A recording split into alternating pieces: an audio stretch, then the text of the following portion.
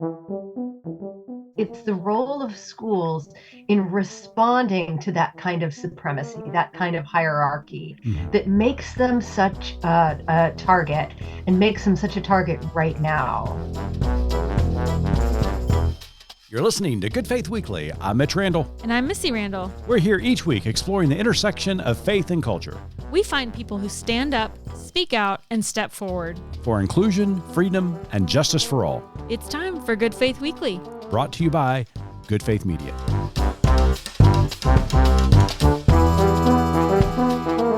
Welcome to Good Faith Weekly. On this episode, Missy and I are going to talk about the first days of school. And then later on, we sit down with author Jennifer Berkshire as she talks about her new book, The Education Wars, A Citizen's Guide and Defense Manual. It is a terrific episode that you're not going to want to miss.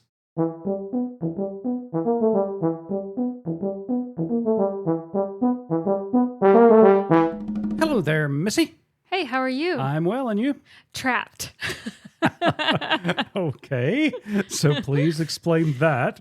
So we are sitting in our little house, our ongoing never-ending reno project. Yes, we are. And you came and told me that you saw something out the front window, which renders us trapped here forever, even though technically we don't stay here yet, right? Absolutely. So one of our favorite characters that we Right. have introduced, We're going to Cat get showed up. a cat update, you guys. Yes. Cat is alive and well.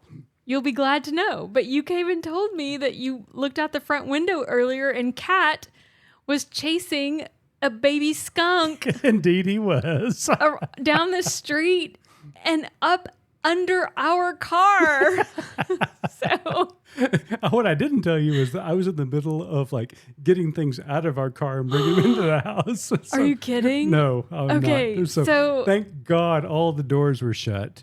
Oh my But gosh. I did cease bringing things inside the house when I saw Cat chasing the skunk underneath that.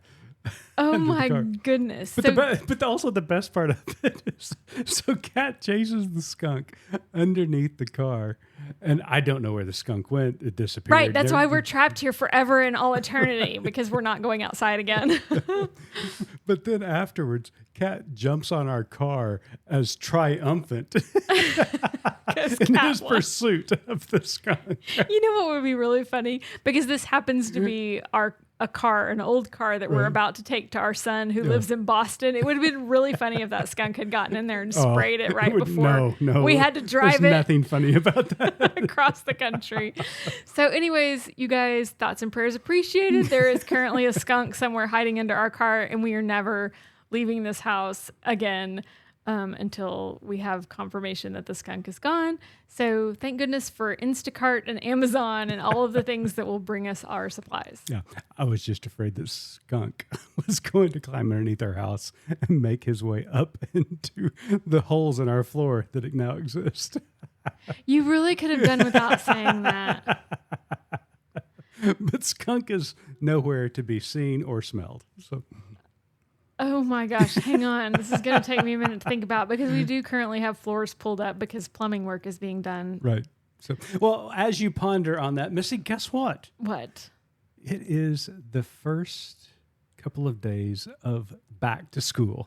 That's right. It's back to school week in our state. Yes. And many other states around the country. If your kiddos aren't back to school yet, they're getting ready to go back to school. Yeah, if you're one of those coastal elites, you don't start until September. But, Right. right here in the good old US of A, middle America, we start in the heat of August. That's right, because that makes perfect sense, right? Yeah. So yes, everybody's getting ready for back to school, which has been fun. We've been seeing all the pictures posted of first day of school pictures, and it's such an exciting time. So you and I started kind of reminiscing about school and first days of school, and it was pretty fun. Yeah, it's so exciting to think about. I remember when I was a kid and, those days leading up to school, meet the teacher and all of that went into the lead up to school. But then there's that first day of school when everything is, kind of revealed, your first day of school outfit and what you're going to wear, all of your school supplies that you brought. I'm a kid of the 70s and 80s, and just brought back a lot of memories when you and I started talking about it. It did. You were mentioning like the erasers. Remember? Oh my gosh. Do you remember the smell of a new eraser? Nothing better. It was amazing. And then they put out scented ones, which were even better because it was like new eraser smell plus like cherry. But yeah, so I grew up in the 70s, and I don't know about anybody else out there, but erasers were made into like little figures. Yes, they still are, Papa. So they had little animals and little cars and things like that. And again, they were still are. But I can remember, shout out to Walter Reed Elementary School on the east side of Tulsa. Rip Walter Reed. That's right. I can remember going in and doing trades with my erasers. I mean, it was like the New York Stock Exchange right there at Reed Elementary School. I can remember contemplating, do I trade these 3 erasers for this other eraser that I really want? Really? Yes. It was intense, man. It was so intense. That's very interesting. I don't remember ever trading erasers, but I didn't grow up in Oklahoma. We had other things to trade, I guess. That's right. But yeah, we were talking about lunchboxes too. Oh, lunchboxes. What was your favorite lunchbox? I mean, Cabbage Patch Kids. I am a course. child of the 80s. That was, once those came out, that was the only lunchbox I had. I mean, each year I'd get a new one, a new variation of it. But yeah, so what was your favorite lunchbox? You want to know the lunchbox I told everybody was my favorite, but then what really was my favorite? Oh man, I'd love to just start guessing. That'd be so fun. But no, what did you tell everyone was your favorite? Superman. Okay, and what was really your favorite? Fonz. I dressed up as Fonzie one time for Halloween, but I had a Fonzie lunch pail. Happy days. You dressed up as Fonzie. I did. Interesting. So I started kind of going down a Google rabbit hole, just thinking about, lunchboxes. In our day, that was the big purchase. That was the big deal. Absolutely. I know now. And kids, the thermos. And the thermos, of course. I know nowadays it's all like bento box and what is it, Yetis and what's the other one? Stanley's, all the like insulated stuff. There was no insulation. If the meat had gone bad in your sandwich, during the morning, just tough cookies, right?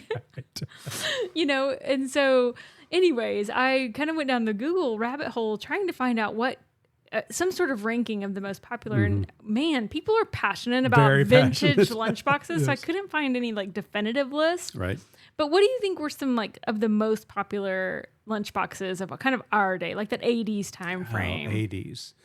Strawberry shortcake. Yes. Yeah. Any other guesses? I'm going to go Batman or Superman. Okay. Popeye? No. Oh, Bugs Bunny? No. All right, come into the 80s with me. Come into the 80s with you. Transformers. No. Okay. It wasn't on this list. I can't believe there's one very important, or several. Let me just tell you Justice League, superheroes. Okay. Stop. I'm so excited about this. Okay, so one list I found, and this kind of crossed over into multiple lists, but Star Wars. Oh. Come on. I'm so sorry for all of my Star Wars friends out there. I need to hand in my Star Wars card. Right? Yeah.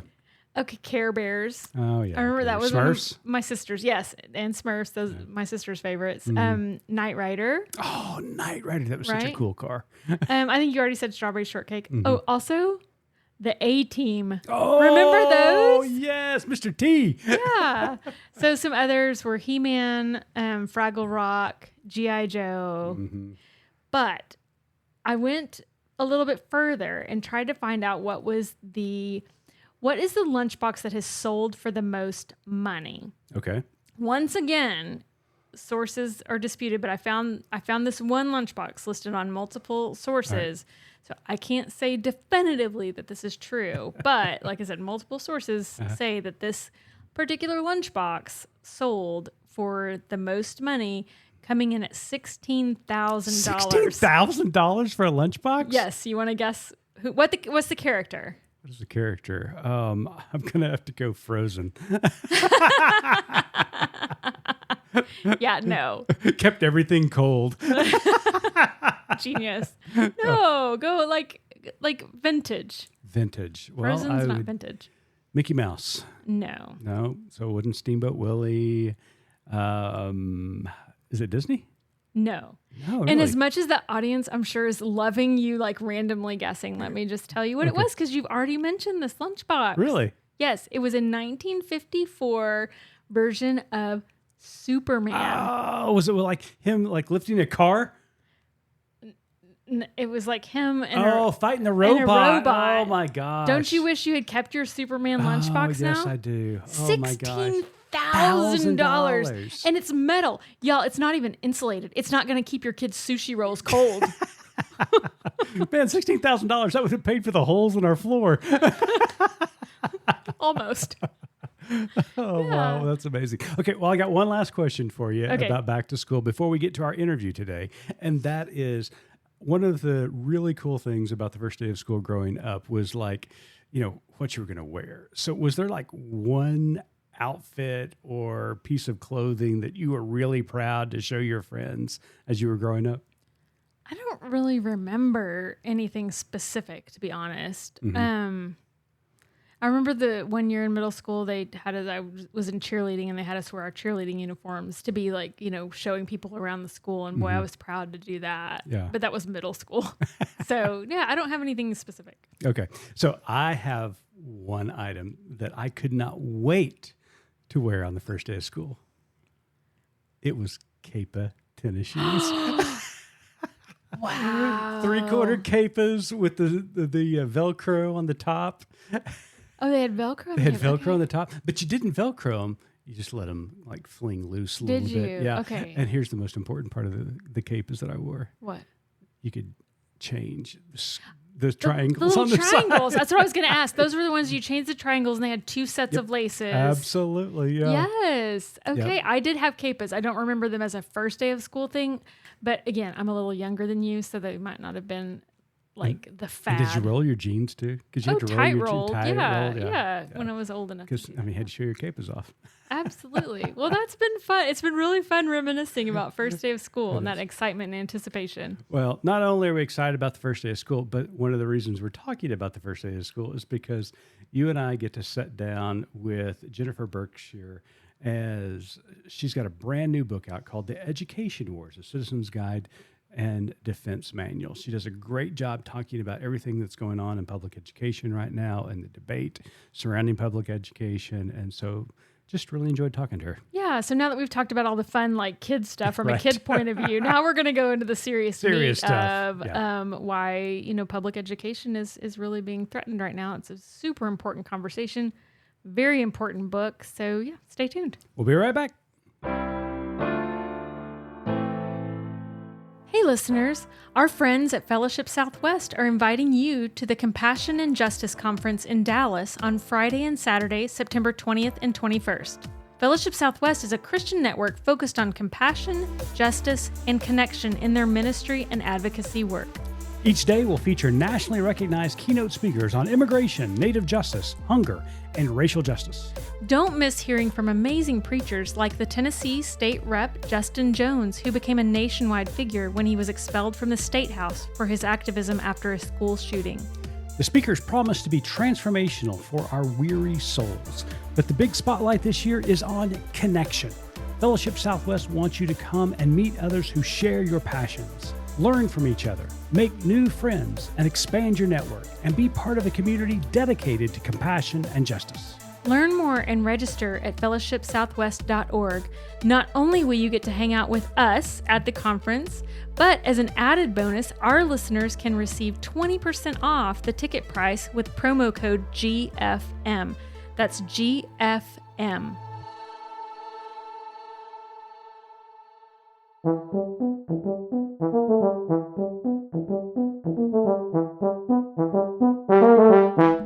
Welcome back to Good Faith Weekly. On this episode, we've got a very special guest with us.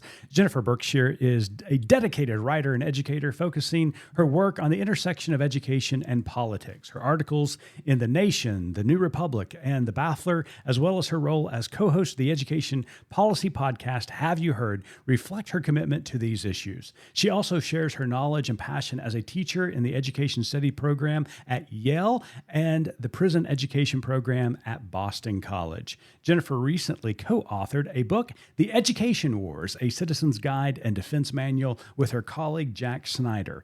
It is available now wherever you purchase your reading materials. Jennifer, welcome to Good Faith Weekly. Thank you so much for having me. What an honor. So, Jennifer, your previous book, A Wolf at the Schoolhouse Door, was really released not too long ago in 2020. So, side note, in case you haven't heard, the wolf pack leader is actually here in Oklahoma, Ryan Walters. So we're familiar with these antics. And given that we have a front row seat to what's going on, I think it's pretty safe to say that this book was not like a happily ever after sequel. True? That's absolutely true. And I think your mentioning of Ryan Walters is such a great example, because when we wrote Wolf at the Schoolhouse Door, just sort of laying out for people the threats to public education that were coming from a growing push to school privatization, we did not have somebody like a Ryan Walters on our radar at all. And in the time in between the two books, that cultural landscape has really shifted. And I think it's really interesting to think about where somebody like a Walters is coming from and who he sees his audience as being. We talk about all the time just the craziness of the fact that the entire country knows this man's name. It's just so bizarre. So when, we were thinking of asking that question of, what inspired this follow-up book? And it's just like, well, yes, we know, and we know that it's just getting more dire. So. Yeah, I mean, Jennifer, has the effort to privatize public education, dismantling public education overall, has it intensified? And I pretty much know the question to that, or the answer to that question. And if so, how has it intensified? Yeah, so that's a really good question. And I think that the answer is absolutely yes. And the reason for that is that, we fight about everything right now in this country, and that makes it so much harder to keep an institution like public education together. Think about it. It's one of the last institutions we have that really is premised on the idea of bringing people together across lines of all kinds of difference. That's really the whole point. And so that just gets harder and harder to do when we're yelling at each other about everything. But I think that for folks who, for many, many different reasons, would prefer that we not have public schools, maybe they'd like to see all kids attend religious schools, or they think that, really the only educators they need are their parents. Mm.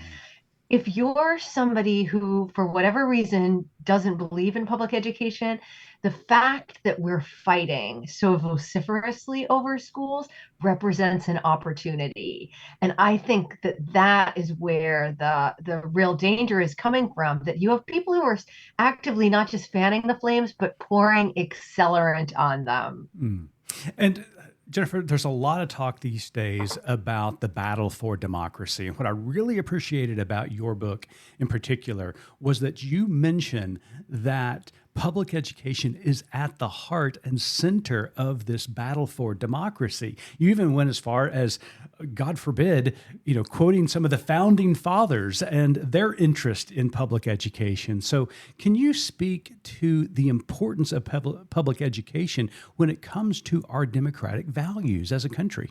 The irony is that if we got into our time machines and, went back a few hundred years, it would be much more obvious to people why public schools are so essential. Because, the folks that you're talking about, not just the founders, but really those successive generations, understood that if we were going to be a self-governing democracy, people had to learn how to do that, mm-hmm. right?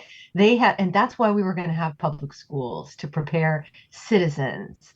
And so, but then what happens is, the mission of schools and how we understand them really changes across time. And so now if we went outside of our respective studios and just asked people on the street, why do we have public schools? Yeah. The first thing you'd notice is that people have millions of different answers. The second thing is almost none of them would mention preparation for citizenship. Mm-hmm. And to the extent that they coalesce around a particular theme, you would hear about things like preparing kids for college and career. That now we really think of schools as being about individual success. That is a world away from this kind of early mission of preparing citizens. Mm-hmm. And so we argue in the book that, like we need to get back to that. And I think part of what is happening right now is that people are waking up Mm-hmm. to the idea that the threat to public schools is not just, it doesn't just mean that the school down the street from your house is vulnerable. It means that an institution that's really a cornerstone of democracy is imperiled. Yeah. I think it was Jefferson that said that an uneducated citizenry is more inclined to give into the whims of tyranny, and, advocating for public education. And, that seems to be a little bit at the heart of this attack against public education and anti-intellectualism today, is that the tyrants, the authoritarians, really want an uneducated citizenry so that they can dismantle democracy overall. So I think what you're saying about public education being at the heart of democracy and the importance of uplifting democracy is right on target. I think you're absolutely right about that. And like I'm somebody that when I would hear people say that, the Republicans just want people to be dumb, and I always felt like that was way too simplistic. Mm-hmm. But I do feel like there's a case for that, right? That it's impossible if you look at some of the policies that are being enacted in the state level, the extent to which they're actively undermining their public schools, pursuing policies that are going to make their states more unequal, and doing things that are clearly intended to nudge kids, even young kids, into the workplace.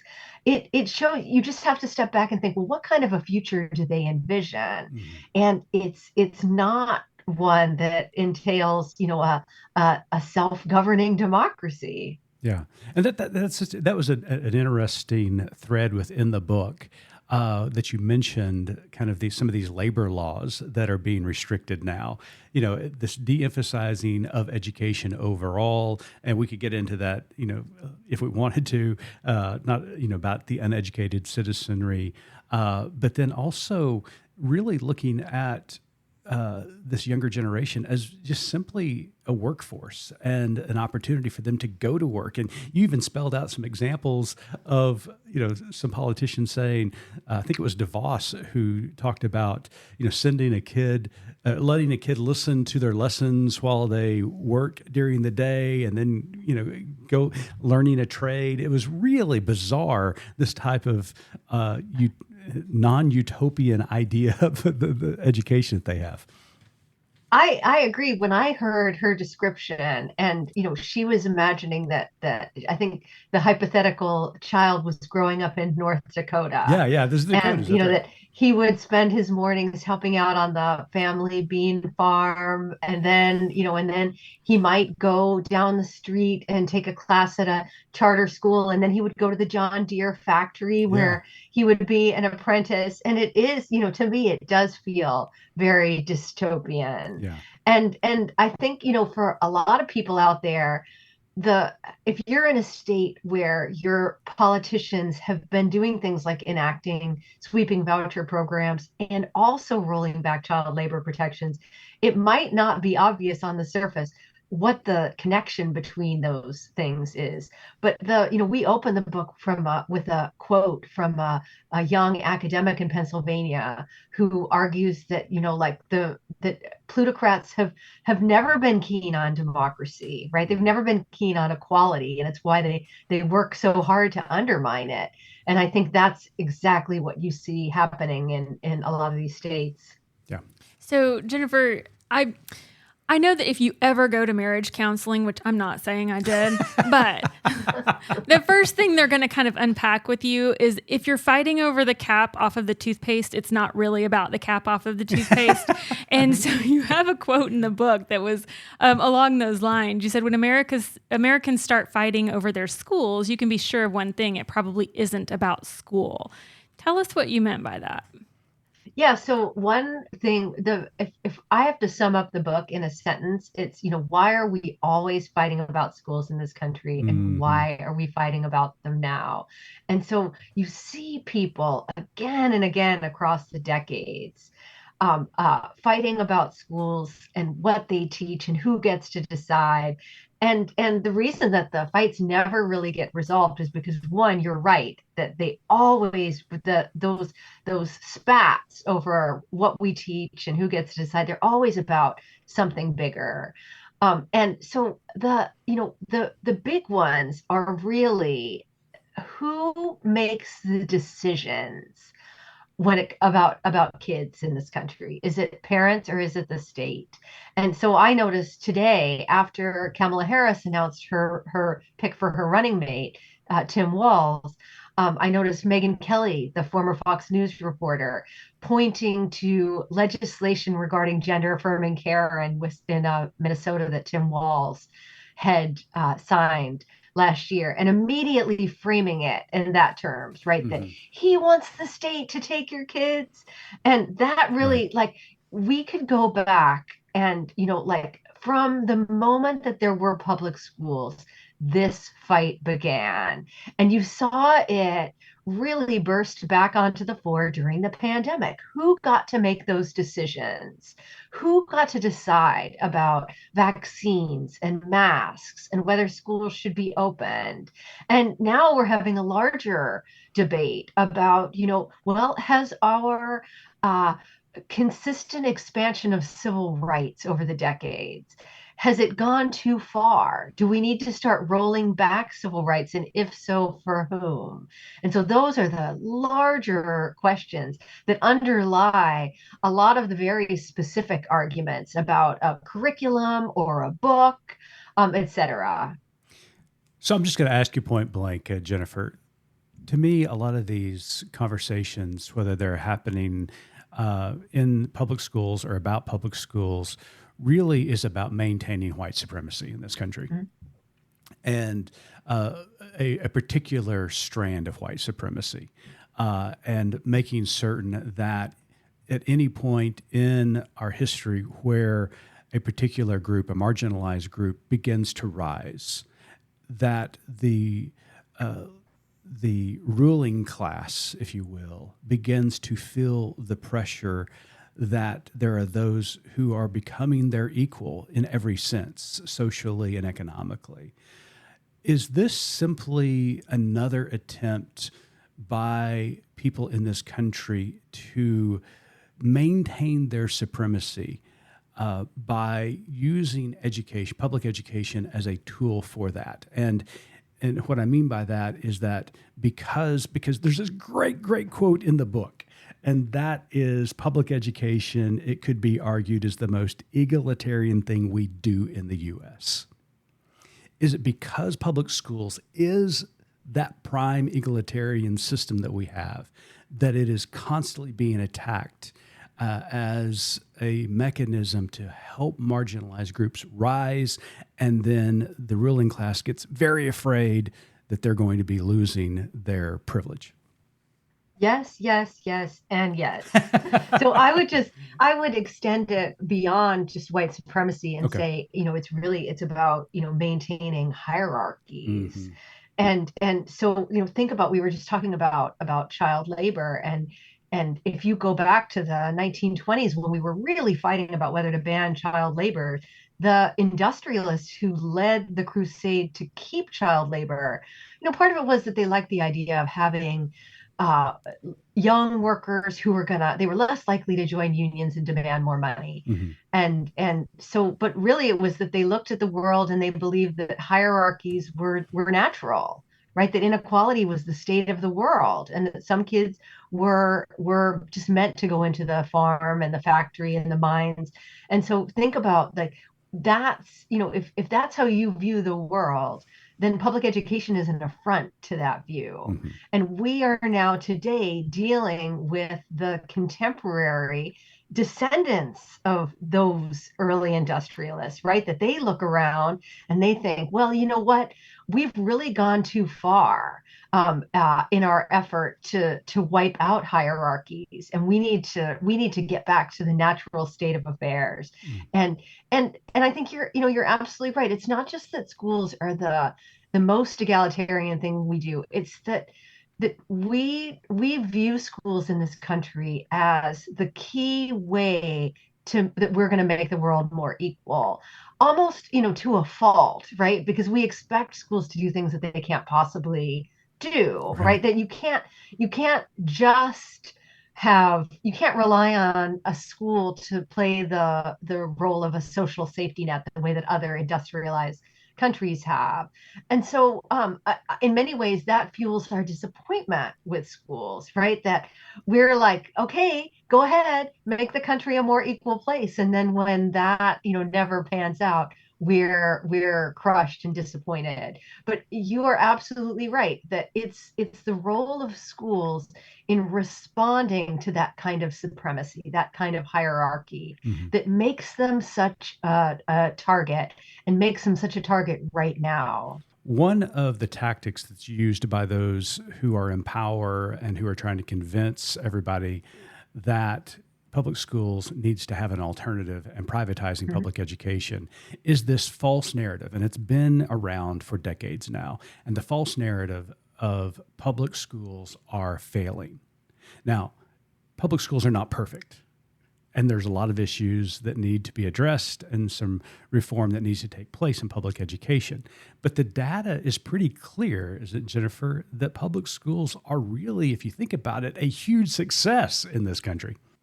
So it's interesting because if we had been having this conversation 10 years ago and you had presented me with that question, like everyone listening would have known exactly what you were talking about, Hmm. that you were talking about test scores. Right, Hmm. And right. that since No Child Left Behind, which was George W. Bush's signature education policy accomplishment, that's how we measure whether a school is effective or not.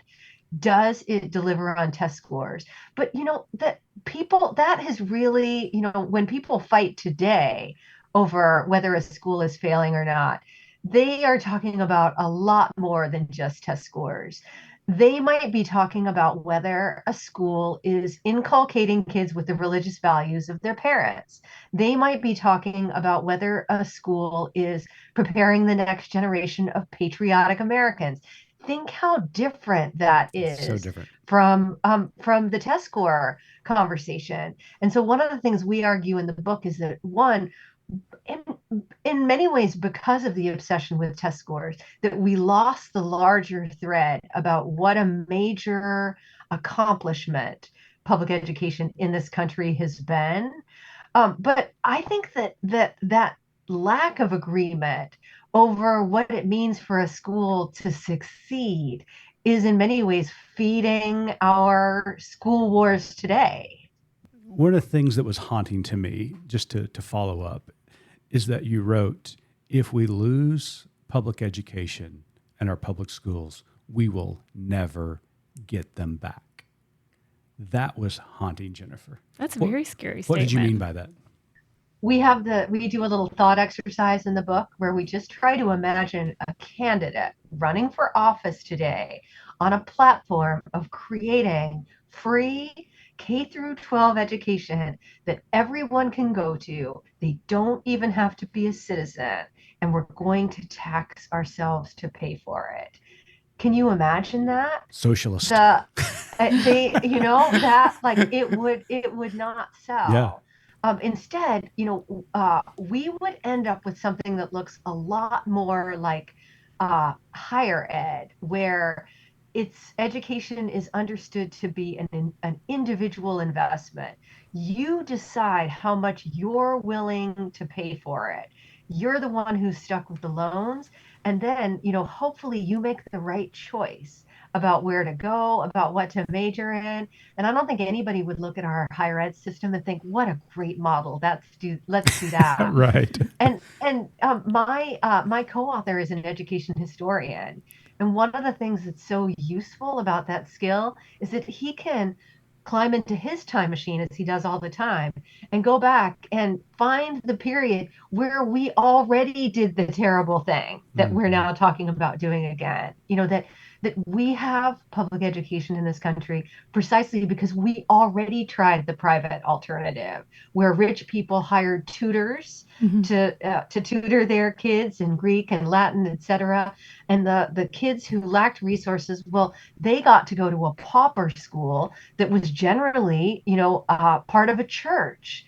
And and that, that didn't work. That was not a great strategy for a democratic country. Yeah.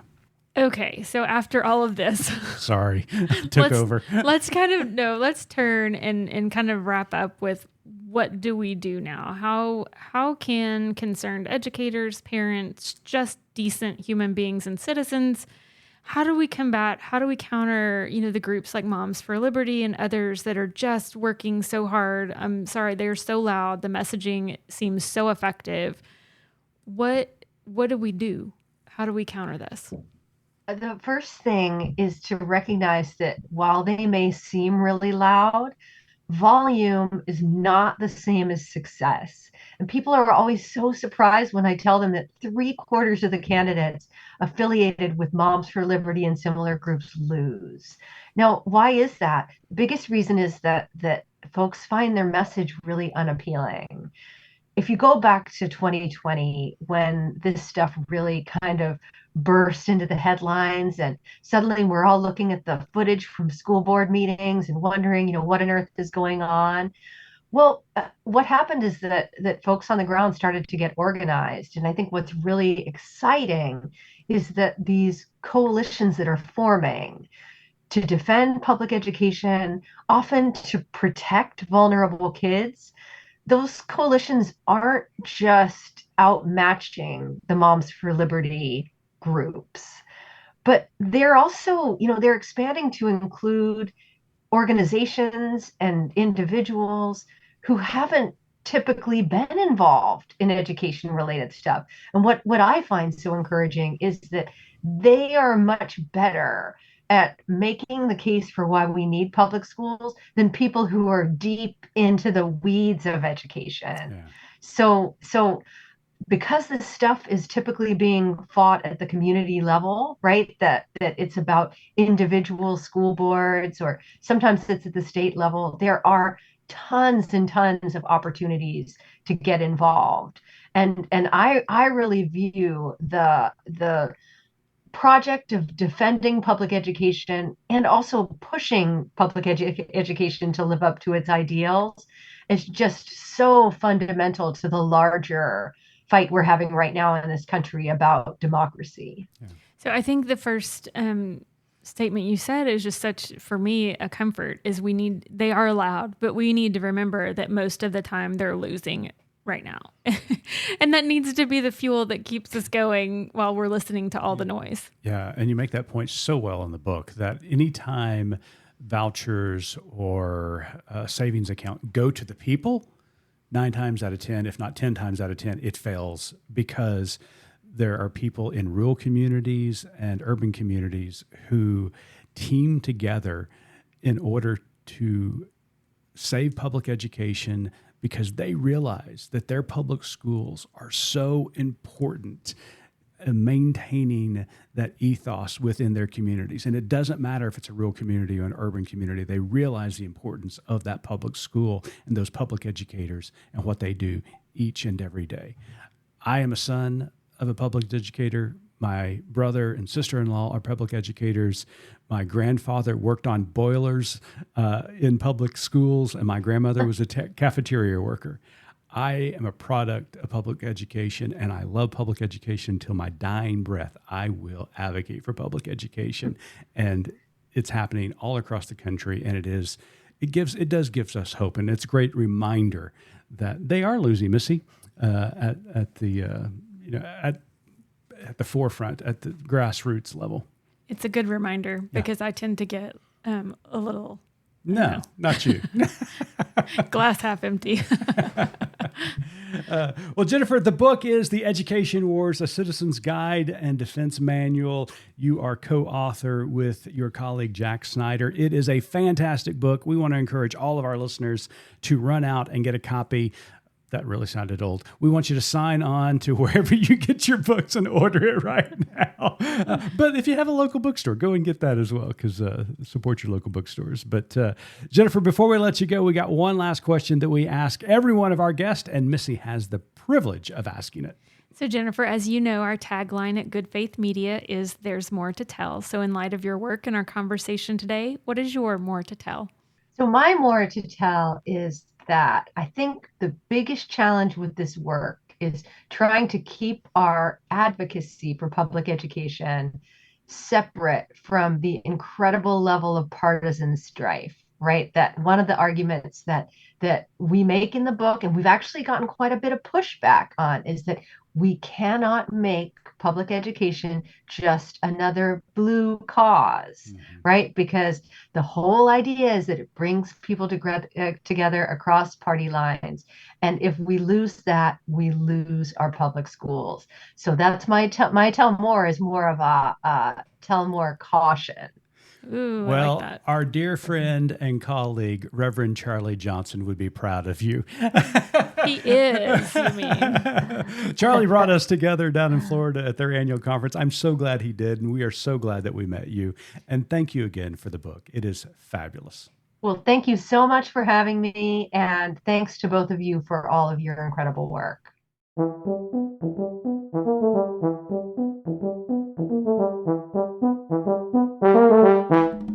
You and I got to meet Jennifer down in Florida. She spoke at an event that we were at for Pastors for Children.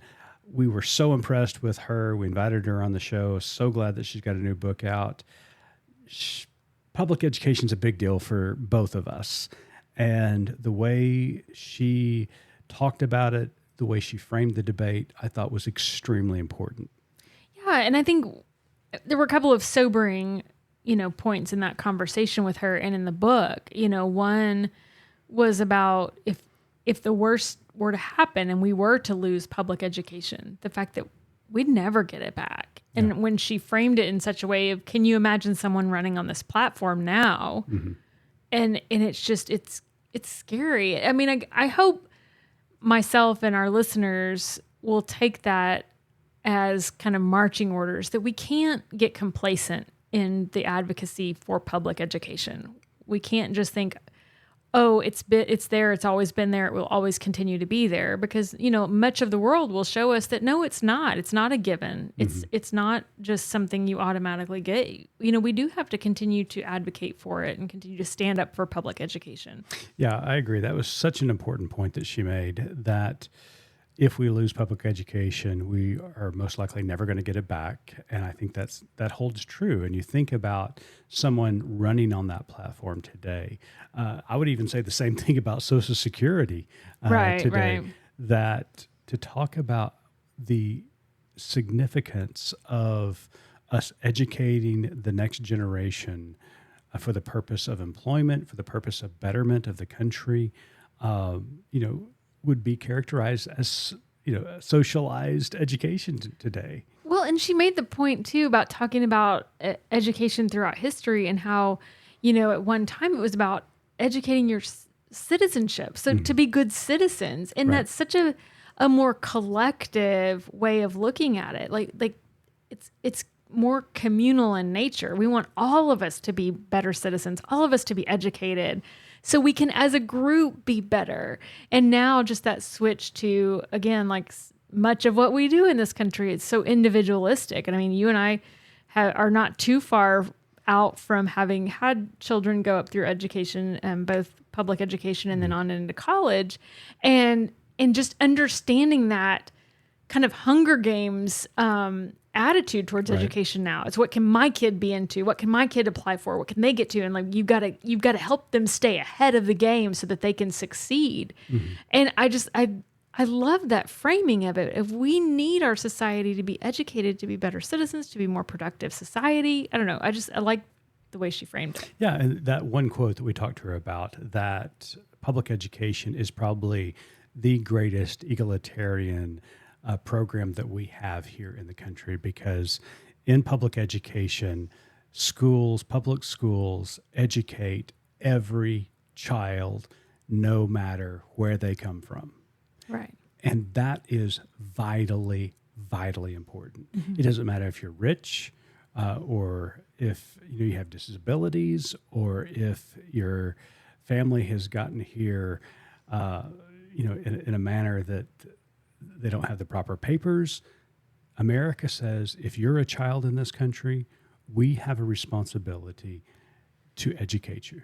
Yeah. And I think that is something great about the United States of America, that we have that kind of attitude. Yeah, and we need to remember, we need to be reminded of that and start from the baseline of making sure all of that education across the board is equitable. Right. I mean, for sure, we've got some issues there.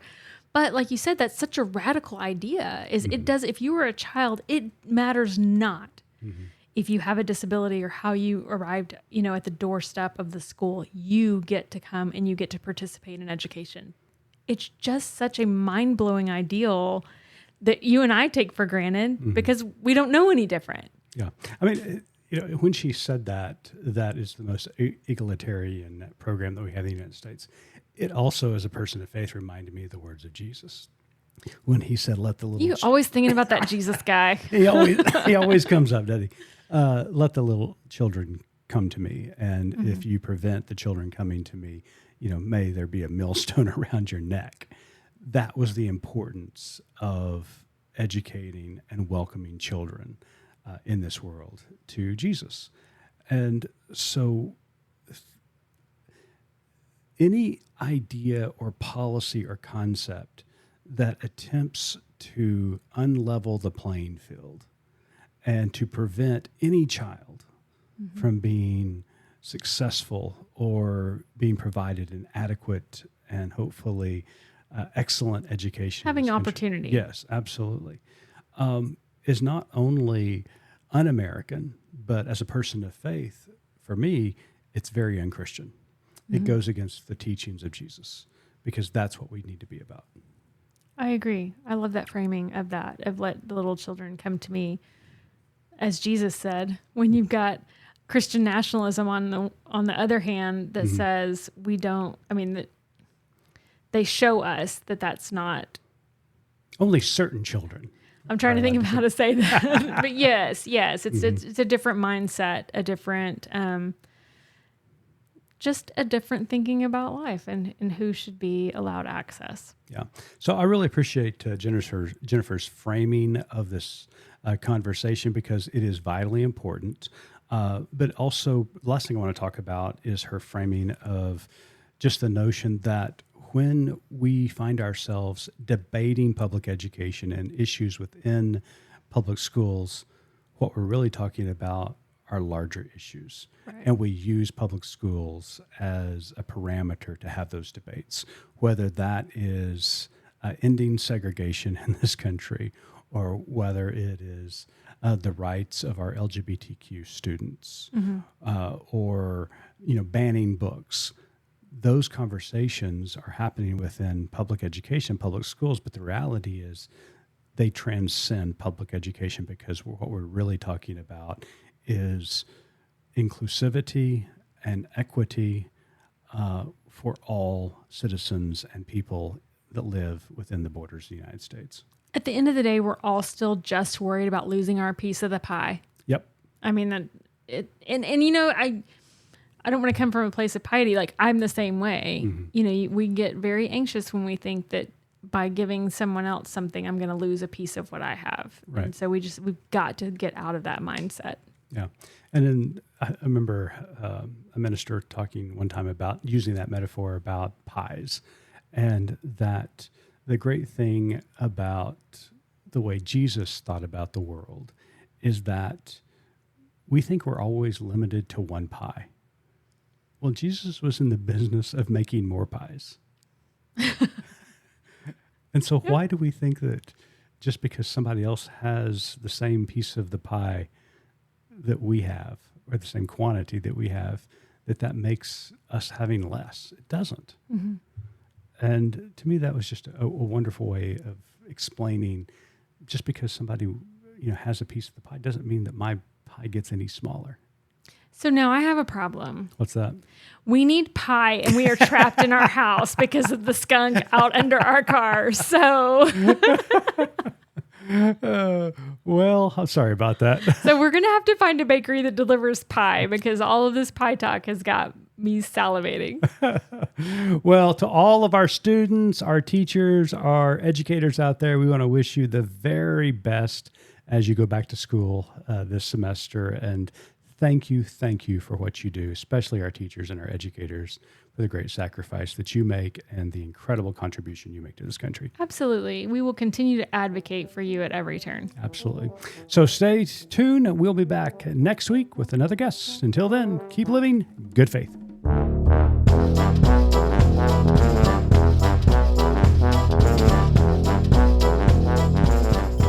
You've been listening to Good Faith Weekly, hosted by Mitch and Missy Randall. This weekly podcast from Good Faith Media discusses matters of faith and culture. Subscribe wherever you get your podcast and give us a like and a glowing review.